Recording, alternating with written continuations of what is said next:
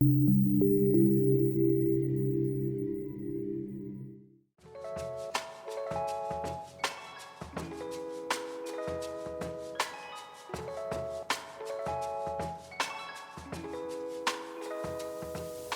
welcome to the Temperance House development.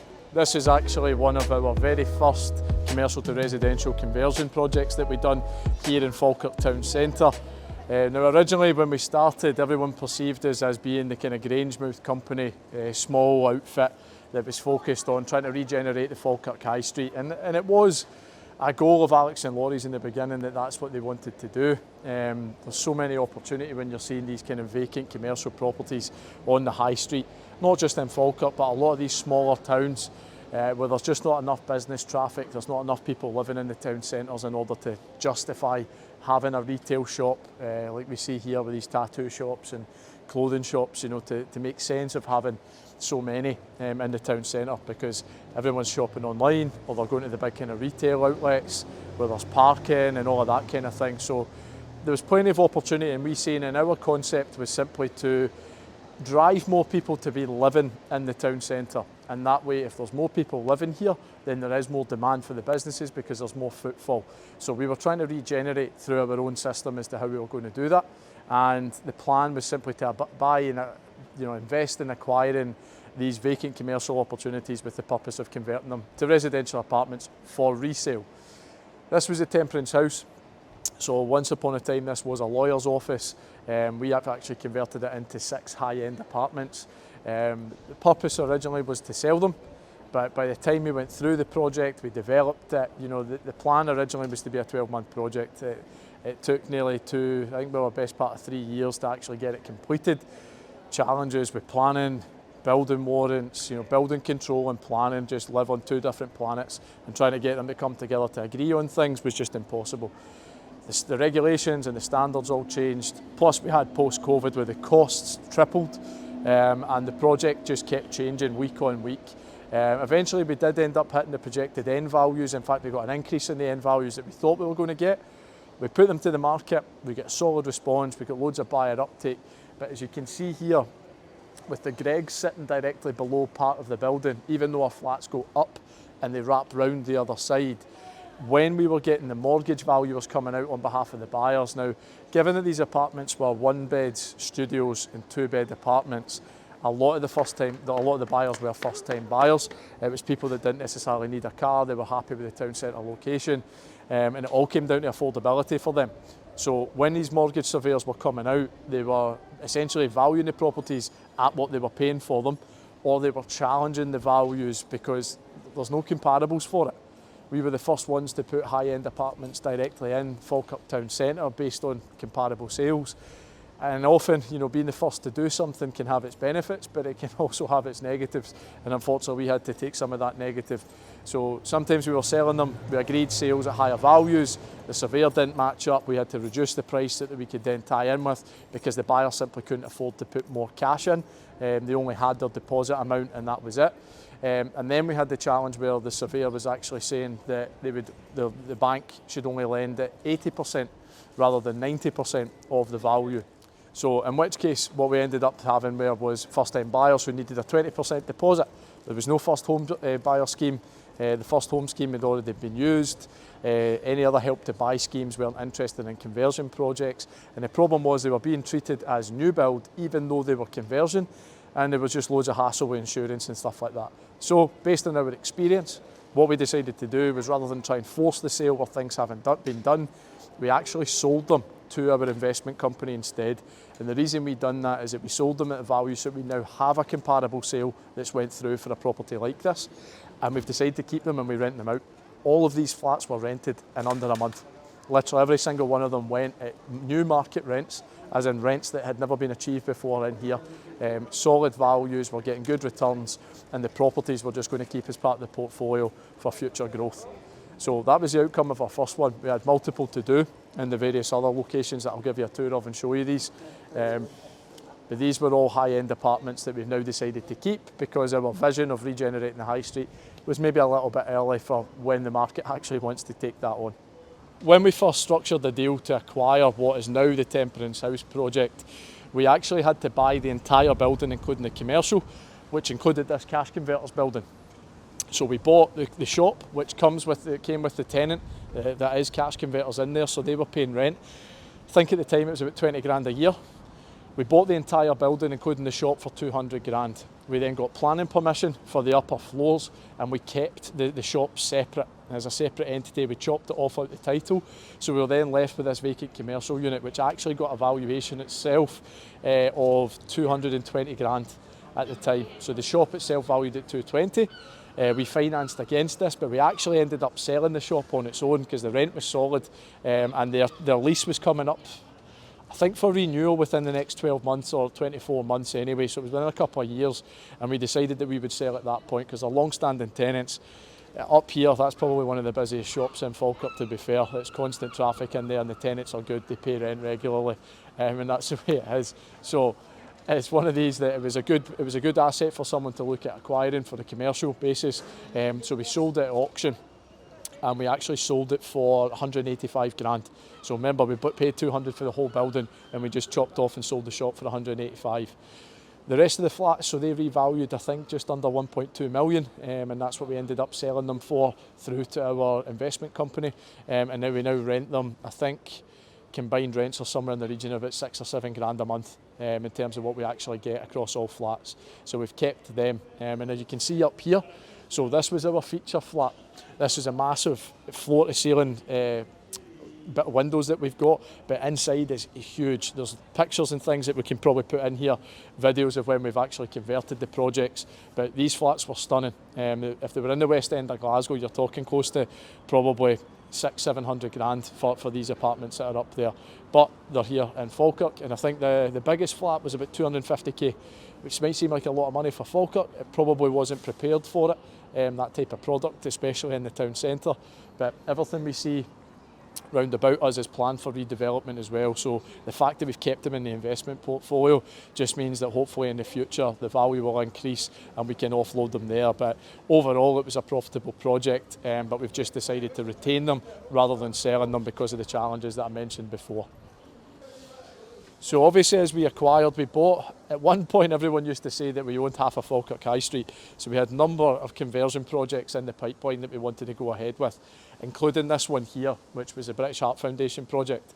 Now, we were pretty much all the way there. The intention was to convert that into apartments as well. It was probably the easiest building out of the lot of them that we could easily carve up because of the way it was shaped. It was big open office spaces, so it was nice and easy just to put partitions and chop everything up. However, a few weeks before we went to complete, we had to get a survey done for the lending, and they established that the roof itself actually had the same combustible material as the Grenfell Tower, in which case the lenders weren't happy. We had to completely pull out the transaction, and our aborted fees were about 12 grand. But to go through with that project would have been an absolute nightmare, and we could have ended up with a bigger problem than we would have been able to get out of at that time. So a 12 grand loss, to just knock that down to experience and move on, was much easier to swallow than it would have been had we went through with it. So another one of the projects that we had bought as part of our big plan to regenerate the high street was what we called the Marshall Wilson building. So Marshall Wilson Solicitors was on the ground floor. Again, we'd secured the upper office space for the purpose of conversion. I think from memory it was 6 or 7 one-bedroom apartments that we were looking to build. It was a bit of an awkward setup in terms of it's big concrete steps and concrete floors in this old Victorian building. So the way the floors actually changed, it was going to be a challenging project, and we'd already got well into Temperance House as we concluded on this one, and our building team at the time were saying, look, Temperance is probably the easiest one to convert out of them all, and it's proven to be an absolute nightmare. Marshall Wilson, probably just stay away from it, but it was already too late. We'd bought the fucking thing. So we decided at that point that we were just going to exit it and let someone else redevelop it. I think we concluded on it on the Friday, and within 2 weeks I had sold it to somebody else for an uplift to what we had paid for it. We never really made anything on it, but we certainly never lost. So we were in and out, and we concluded on that, I think, probably inside 4 weeks after. So bought it, and within 6 weeks we'd flipped it and sold it to someone else. And I believe that currently they're going through the development process. Good luck to them. I don't know how they're getting on. No seen a finished product, but like I say, our plan was just, we're not doing these redevelopments anymore. We make much more money, faster and easier, focused on our residential buy-to-let portfolio, combined with the residential trading, the sourcing business and all the other stuff that we do within the group. So it didn't make sense for us to take on the one that the builders were saying, get the fuck away from.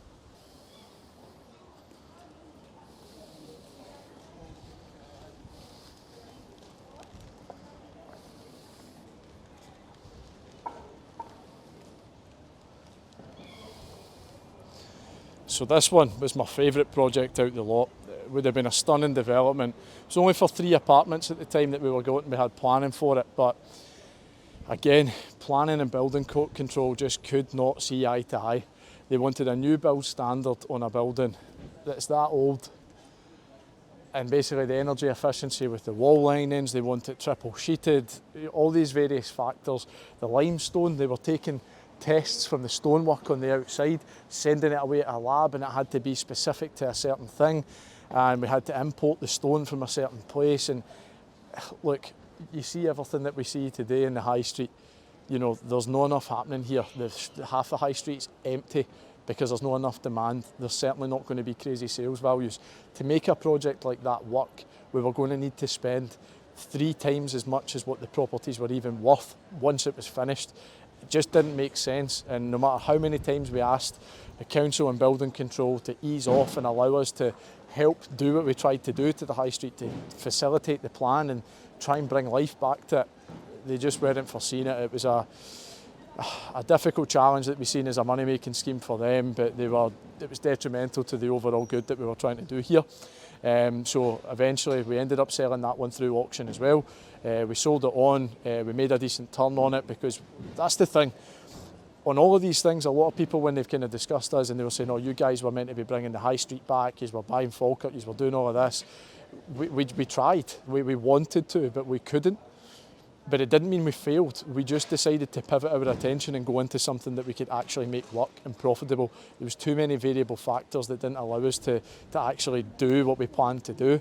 But the power of knowing what we were doing, you know, despite being new into the development territory, and once we started ripping things out and getting through that process, okay, we learned a shitload of things. But in terms of how to structure a deal and looking at the prices and the end values and what we had to buy it for, that's where we protected ourselves, because every single one of these projects that we bought, we managed to offload at no loss and actually managed to sell, sometimes at covering our costs and actually making an uplift on it. So that's our saving grace, because we knew what we were doing on that sense. But you know, overall it was disappointing that we couldn't see, for me, this project through to fruition, because right where it's situated, right in a kind of square, right outside the Howgate shopping centre, even just the look of the building, you know, that was one of the funny things actually on that kind of curvature at the turret almost.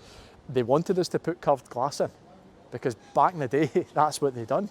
They had more time and more skill set that they actually moulded the glass to be rounded. We just wanted to put new windows in, and they wouldn't allow us. You know, each window itself was going to cost us £3,000 for a fucking window, you know, in a project in Falkirk. We just couldn't make sense of it. So as stunning as it would have been, doesn't make sense if it doesn't make any money. So this one was the biggest development out the lot. This was the kind of flagship project that we wanted to launch for Road Developments. It's a Pound Stretchers building, which included the shop itself. Pound Stretchers were the tenant in there, albeit they were paying no rent because it was something to do with rates. It was actually some offshore company out past Singapore or something like that owned it. Nobody could really find where they were. What was happening quite a lot at the time, same with Cali Square, which I'll talk about in a bit, these big London outfits were just buying shopping centres and big commercial projects at auction. Never even probably knew where Falkirk was, and they were just bidding online and buying them. And this Singapore company had it, and the previous sales value for the property was at £2 million. So they bought this building for £2 million, I think 10 years prior, before we bought it from them at 200 grand. Crazy, you know, size of project. Effectively, we didn't even know what the fuck we were going to do with it when we bought it, but our view was at 200 grand for a building that size, we must be able to make money and do something. So we got planning on it, and we put planning for 23 residential apartments on it. The plan was crazy, and we actually looked, so you can see this is at the top, the front end of the high street. So the front facing section of this was listed. So I think it was a listed building, so we had restrictions in terms of what we could do to the frontage, but at the back we were all good. So our plan was actually to add another level to the whole building, and we were going to carve out a garden terrace section in the middle. It's a big concrete block. It looked easy to develop, but in terms of like load-bearing structures, it's perfect. You know, it could sustain putting another 3 levels on top. So we planned to put another level on it. But the build cost we were getting, we had 3 separate QSs have a look at it. One of them quoted a £1.8 million development. One of them was up at near 5 million, and I think the other one was like 2.3, something like that. So literally finger in the air stuff, and it was too big a monster for us to consider. We had acquired it in a pension fund. This shop here, it was a frame shop. We had that rented for a while as well, and we had that in a separate pension, and it was all just a bit too crazy for us to look at how can we take a gamble on this and throw maybe £2 million at developing it, and it may or may not work. £2 million might not even be enough. Would 23 apartments in the town centre of Falkirk even sell? Who knows? Would they work as serviced accommodation? Could they work as rentals? We don't know. There was just too many variables on it, and we eventually decided that we were just going to sell it, given all the challenges we had on smaller projects. That one, you know, it could have killed us, and we'd learned enough over the Temperance House project that our appetite for commercial, residential and conversion projects and development in general was just no longer there. We were clearly focused on how we wanted to move forward, and that was on our residential buy-to-let portfolio, which we've scaled across the whole of Scotland. You know, we'll have over 350 residential properties by the end of next month. That to us was how we seen our business transforming. Never mind the trading aspect of all the other businesses we do, like auction and the sourcing and the consultancy stuff that we do for other clients, but developments just wasn't on the radar for ours long term. Not saying we would never do it again, but for now we had to exit, and it made sense for us to do so.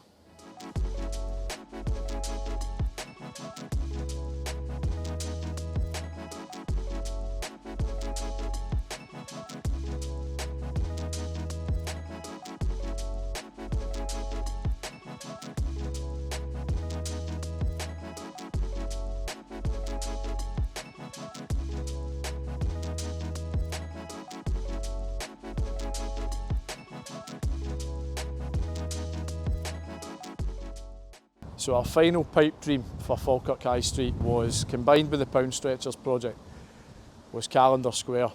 We knew the gentleman that owned it. Like I said before, there was these London outfits that were just buying stuff at auction. This guy had paid £1 million to buy a Calendar Square shopping centre. Never had a fucking clue what it was, but thought £1 million for a shopping centre, you can't go wrong. And from the point that he took it over, it was always a challenge for him. Trying to manage it remotely, trying to get the right management team in place to take care of it. I had endless problems. And because we were very active in what we were buying in the high street, it was ourselves, one other individual, and one other guy, I think from New Zealand or something, that was doing some residential developments. But there was only a handful of people that were actively buying the high street stuff in Falkirk. So we were always in the hat when it came to opportunities, and we discussed back and forth, literally must have been over the course of about 2 years, about what we could do, and we eventually ended up meeting for lunch over at the Orchard there. And he said, "Ray, I want to sell it to you. This is how I want the deal done." And we literally said, "We don't know what the fuck we would do with it," because just a monster. We knew what the planning was like. Literally had no idea. Round the corner is the Coyotes Bar and the Antonine Hotel. Our plan there was to try and replicate what we'd done at 60B, try and do a big HMO, a big outfit that we could rent to contractors or transient workforce, maybe something we could have done with the council, and try and get one of the local businesses that operates in the hospitality industry to rent the Coyotes Bar and operate that as a bar and a restaurant. With all these ideas, but the only one that actually made sense was to bulldoze the lot and build 300 flats. That was genuinely what we were looking to do by taking Calendar Square, Pound Stretchers, and also the car park here as well. That was a pipe dream plan. We were seriously looking at it, but we couldn't align on figures.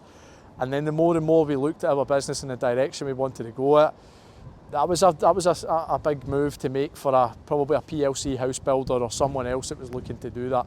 There was all these rumours going about where the council headquarters were going to go. And to be honest, we just didn't want to focus our attention on such a small area. Falkirk is where we started, but we've kind of grown much bigger than that, and albeit Alex and Laurie specifically have their roots to Falkirk and we've got investment properties in and around the area, it wasn't everything. Whereas in the beginning, the whole business was tailored towards what can we do development-wise in Falkirk Town Centre. We want to bring back to what was the local town to the boys at the time to say how can they make an impact and a long-standing positive mark on what exists here today. And with all the hurdles and the challenges, we just couldn't see the viability on it. So we ended up selling the Pound Stretchers building, and I believe the person that's bought that has also bought this as well, and the council headquarters I believe is now going here. So he's hedged his bets, it's worked out well. I believe he bought multiple locations elsewhere in the town trying to just follow this council headquarters plan, literally hedging his bets, and hopefully it's paid off for him getting this site as well as Poundies. But for us, we're 100% confident in the decisions we made to exit the commercial residential stuff on the high street in Falkirk. Like I say, we're open to developments again, probably more ground up stuff, or it would need to be conversions in areas where even if the costs go significantly higher, we know the end values are there. But this is another episode, I hope you have enjoyed it, a bit of an insight as to more about our backstory, what happened to all the development projects we were planning to do with the regeneration of the high street, and I look forward to seeing you in the next one.